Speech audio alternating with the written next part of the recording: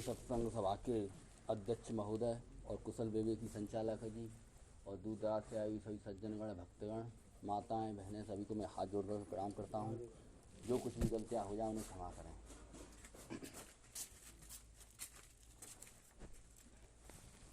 यहाँ मुझसे पूर्व वक्ता बहुत ही अच्छा बोल के गए। जहाँ तक जिसकी बुद्धि है वहीं तक उसकी गति है।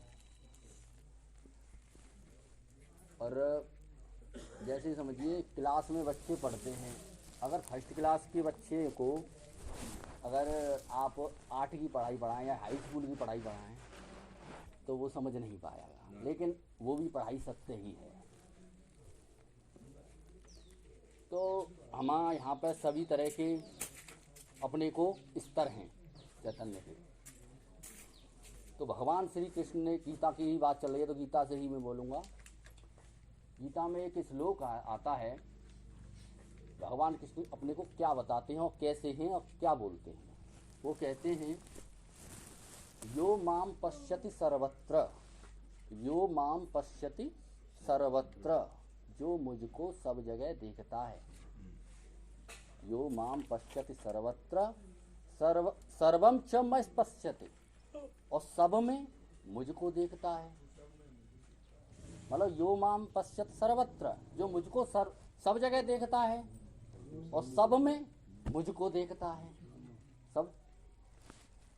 फिर आगे कह रहे हैं, तस्याहम न प्रणश्यामि, उसके लिए मैं अदृश्य नहीं होता, और सच में न प्रणश्यति, न वो मेरे लिए अदृश्य होता है। ऐसा भक्त मुझे प्रिय है। हनुमान जी भी अब रामायण के अनुसार सो चराचर रूप स्वामी भगवंत, हाँ, सो अनन्य जाके असीमत टरैन हनुमंत। कौन सी मति? सो अनन्य जाके असीमत टरैन हनुमंत, में सेवक सचराचर रूप स्वामी भगवंत। ये जो चराचर जो जगत दिख रहा है ना, वो भगवान का ही स्वरूप है। एक लहर दूसरी लहर से बोली। भगवान एक लहर है, श्री कृष्ण भगवान एक लहर है, और वो अर्जुन रूपी लहर को समझा रहे हैं कि यो माम पश्यत सर्वत्र, जो मुझको सब जगह देखता है। लहर कह रही है दूसरी लहर से कि जो मुझको सब में मुझको देखता है, सभी लहरों को मुझ में देखता है, मुझ कृष्ण सहित सभी लहरों को मुझ में देखता है, वह यथार्थ देखता है। जल उसमें भी है, दूसरी लहर में भी, और जल उसमें भी है जो कह रही है। अरे भगवान कृष्ण तो सभी ने देखे थे। जब महाभारत में कौरवों ने भी देखे थे, पांडवों ने देखे थे ना, तो लेकिन जान कौन पाया उनको। और भगवान कृष्ण ने ये कहा भी है श्री गीता जी के 7वें अध्याय में, जो मनुष्य मुझको मनुष्य मानता है वो तो मूर्ख है, वो अपना स्वरूप, मुझको स्वरूप ही नहीं जानता, मेरे स्वरूप को वो प्राप्त नहीं है, वो मुझे तत्व से ही नहीं जानता। इसलिए हमें तत्व से जानना चाहिए। जैसे लहर में जल है, जल में लहर है, लहर केवल भ्रांति रूप दिख रहा है, वास्तव में ये संसार में भगवान है, भगवान ही संसार है। इसको जो देख लेता है, ये तो दृष्टांत हो गया, उदाहरण हो गया। उदाहरण तो दे दिए जाते हैं, मंचों से गीता सुनाई जाती है, लेकिन अर्थ नहीं निकालते, अनर्थ ज्यादा कर देते हैं। उसको समझ नहीं पाते, समझा नहीं पाते, और उसका अनर्थ कर देते हैं। अनर्थ नहीं होना चाहिए उसको। अगर एक ही वो चीज, एक ही श्लोक, अगर गीता का एक श्लोक और श्रीमद् भागवत का एक श्लोक और रामायण की एक चौपाई पर अगर व्याख्या की जाए, उसको सही ढंग से अपने अंतःकरण में धारण किया जाए, वो भी कल्याणकारी है। ऐसा मैं नहीं कह रहा, ऐसा भगवान श्री कृष्ण ने एंड में कहा, हे अर्जुन, इसमें से कोई, और रामायण में भी कहा है, जो 7 चौपाइयों को हृदय में हाथ धारण करने का मतलब, अंतःकरण में उसको धारण करने का मतलब उसको समझना है। गुरु हमको क्या देते हैं? गुरु हमको समझने का ढंग देते हैं। क्या हमने ऐसा समझ लिया? क्या हमको ऐसा लगता है कि संसार में भगवान है, कि भगवान में संसार है? ऐसा उसी को लग सकता है जो अपने स्वरूप में स्थित है।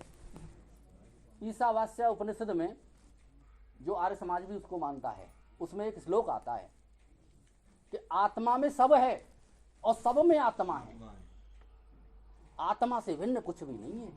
ये श्लोक मुझे याद नहीं है, लेकिन ईशावास्य उपनिषद में है। और स्वामी दयानंद जी जो आर्य समाज के प्रवर्तक हैं वो इसको मानते हैं कि आत्मा में ही सब है और सब में आत्मा है, आत्मा से ही सब है। उसको हमें जानना चाहिए। अगर हमने एक को जानने से सभी का जानना होता है, ये क्यों कहा जाता है हमारे सनातन धर्म में, उस एक को जानने से, लेकिन जाना ही नहीं है। जाना नहीं है तो यहाँ पर भ्रांतियां उत्पन्न करते रहते हैं कह कह के। एक ही सत्य सब में विराजित है। अरे देवियों जो माताओं की जो श्रद्धा है वो अगर देवी में है, आदमी पूरी जिंदगी एक निष्ठा में जीता है, चाहे वो पितृनिष्ठा में जिए, चाहे वो मूर्ति निष्ठा में जिए, चाहे वो ब्रह्मनिष्ठा में जिए, चाहे वो आत्मनिष्ठा में जिए, वो जी रहा है तो उसकी श्रद्धा को तोड़ने का अधिकार तुम्हें नहीं है, कदापि नहीं। ये भगवान श्री कृष्ण ने गीता में कहा है कि जो जिसको पूजते हैं वो मुझे ही पूजते हैं, लेकिन उनका वो अवैध पूर्वक है, लेकिन उसकी श्रद्धा को तोड़ने का हे अर्जुन ज्ञानी को अधिकार नहीं है। ज्ञानी खुद कर्म करे और दूसरों को करावे, लेकिन ज्ञान पूर्वक। इस चीज को, गीता को हम पढ़ते कहाँ हैं? पढ़ते तो हैं, समझते ही नहीं है। मंचों से गाते हैं, कहते रहते हैं, लेकिन समझ भ्रम उत्पन्न ज्यादा करते हैं। ये उसने कर दिया, ये उसने कर दिया, ये अरे कोई के निष्ठा लेके जाइए। अरे कोई गंगा नहा रहा है, उसको ज्ञान गंगा में ले जाइए। आप गंगा में नहा रहा है, गंगा नहाने से शुद्ध होते हैं, पाप कटते हैं, ऐसा कहते हैं, तो उसको ज्ञान गंगा में ले जाइए आप। लेकिन उसको श्रद्धा को तोड़िए मत, क्योंकि वो भक्ति को लेकर के वो भी एक भक्त ही है। जो भूतों प्रेतों को पूजते हैं, भगवान ने तो यहाँ तक बात कही है, वो भी मेरा ही पूजन कर रहे हैं, लेकिन वो पूजन मुझको जान करके नहीं कर रहे, अवैध पूर्वक कर रहे हैं। तो हम में, तुम में, सब में वो परमात्मा है, वो हम में, वो जान करके नहीं। भगवान ने शांत रखो, वही बात मैं कह रहा हूँ। लेकिन समझने वाले समझ रहे हैं और ना समझ तो आते ही नहीं है सत्संग में। ठीक है, तो हमें यहाँ भ्रम न उत्पन्न करें, भ्रम को दूर करें, भ्रांति को दूर करें, जिससे अब माताएं आई हैं, अब हम इनसे यूं ही कह दें डायरेक्ट तो वो भी नहीं समझ पाएंगी। तो उनकी श्रद्धा को तोड़िए मत, करने दीजिए जो कुछ कर रहे हैं, लेकिन उसी निष्ठा को प्रवेश जब होगी, जब उनकी भक्ति अपनी प्रगल होगी, आह्लादित होंगे, तब वो जानेंगी कि वास्तव में एक ही चेतन है। जो चेतन मुझ में है वही चेतन देवी मैया में है, वही चेतन भगवान कृष्ण में है, वही चेतन बोल रहा है, वही चेतन है, एक ही चेतन है, एको ब्रह्म द्वितीय नास्ति। ये सिद्धांत है। उदाहरण तो आप समझ जाएंगे, जल में लहर, लहर में जल, घड़े में मिट्टी, मिट्टी ही मिट्टी है सब कुछ, लेकिन इसको अपने अंतःकरण में धारण कैसे करोगे बाबा? इसको ही समझना है। अच्छे अच्छे ज्ञानी देखे, मैंने ऐसा कोई धर्म नहीं है जो मैंने पढ़ा ना हो, मैंने ऐसा कोई समाज नहीं है, जो आर्य समाज को भी मैंने देखा है, बड़े उससे गहनता से पढ़ा है, लेकिन स्वामी दयानंद ने इस चीज को भी माना है। वो भिन्नता को मानते हैं, लेकिन भिन्नता को मानते हुए वो परमात्मा को भी मानते हैं। तो एक चेतन है, वो भी एक सीढ़ी है, पहुंचेंगे धीरे धीरे।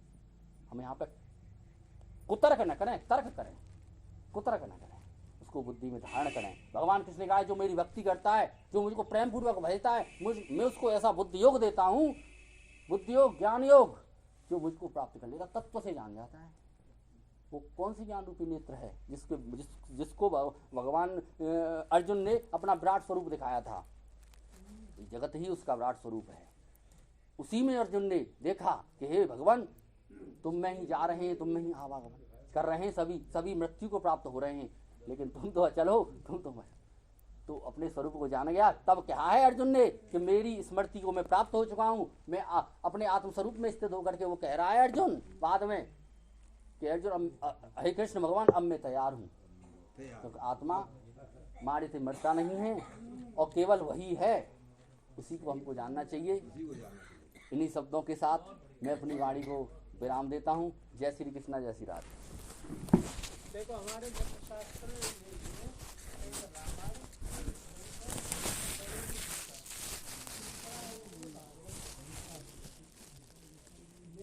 हमारी अदालतों में जज के यहाँ अक्सर गीता प्रयोग की जाती है। गीता सबसे श्रेष्ठ शास्त्र बताया है, तो हमें ऐसा अध्ययन करना चाहिए और भगवान की बात माननी चाहिए। भगवान की बात तो हम क्यों मानेंगे, तो बातों की बात तो नहीं मानेंगे। क्रिया ने बताया वास्तविक सुधार अवसर बहुत प्रकार होने सब संशय